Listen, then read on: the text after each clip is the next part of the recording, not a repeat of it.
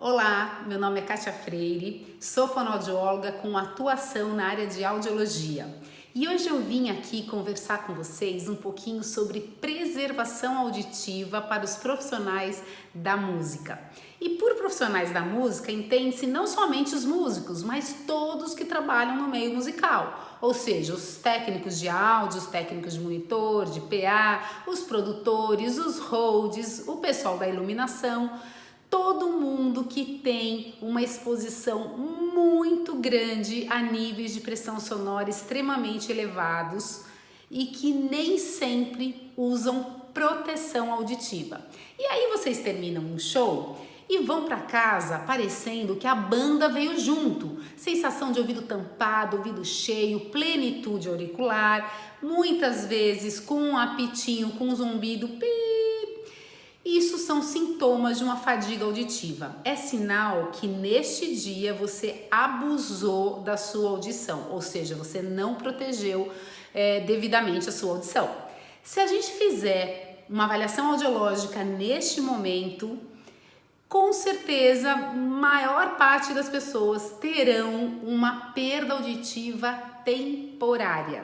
Só que no dia seguinte, vocês acordam, passam-se 14 horas de repouso auditivo e vocês esquecem e vão novamente para o show sem a devida proteção auditiva. E isso começa a virar frequente e toda semana, todo mês. O que era uma perda auditiva temporária passa a ser uma perda auditiva permanente. E aí instala-se a perda auditiva. E eu tenho duas coisas para contar para vocês, duas notícias. Eu tenho uma boa notícia e uma má notícia.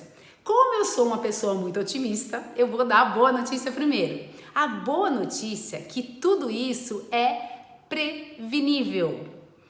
E a má notícia é que isso é irreversível, ou seja, a perda auditiva por exposição a níveis de pressão sonora elevados por ruído é irreversível.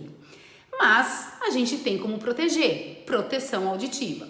Então, quando a gente fala em proteção auditiva para os profissionais da música, existem algumas opções. Hoje em dia existem protetores auditivos com filtro, ou seja, muitos de vocês falam que não querem usar protetor auditivo porque vai perder a qualidade do som. Mas esses protetores auditivos específicos para músicos, para os profissionais da música, fazem com que o som seja preservado, as características espectrais sejam preservadas.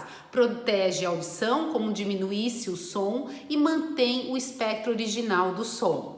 Já os monitores in-ears, que é um segundo tipo de proteção auditiva, muito indicado para os músicos, também é um tipo de proteção, só que você tem que saber usar direito. Os monitores in-ears, o que faz ser um bom monitor in-ear? Você tem que ter isolamento acústico, ou seja, 100% de isolamento acústico, você não pode ouvir nada do lado de fora. E aí, com isso, você não vai aumentar o volume do seu fone, né? Geralmente no body pack. E você também tem que usar o fone dos dois lados, porque quando você usa fone dos dois lados, existe um efeito chamado somação binaural, que só de você usar o fone dos dois lados, você junta e ganha 6 dB, fita vermelha embrulhada, um presente da natureza, só de você usar os dois lados do cérebro. E com isso faz com que você diminua o volume. Então, para usar monitores in-ears, por exemplo, para os músicos, os cantores, é um super instrumento de preservação auditiva e de preservação, inclusive, vocal, porque você sai menos rouco. Só que para você usar monitor in-ear, você tem que saber usar. Você tem que usar dos dois lados. Com isso faz com que você diminua o volume e ele tem que ter isolamento acústico. Caso contrário, você vai começar a aumentar o volume para compensar o barulho externo. Então tem como a gente fazer prevenção auditiva. E preservação auditiva, ela é algo além do que simplesmente colocar um protetor. Ela começa com uma mudança cultural, é uma conscientização.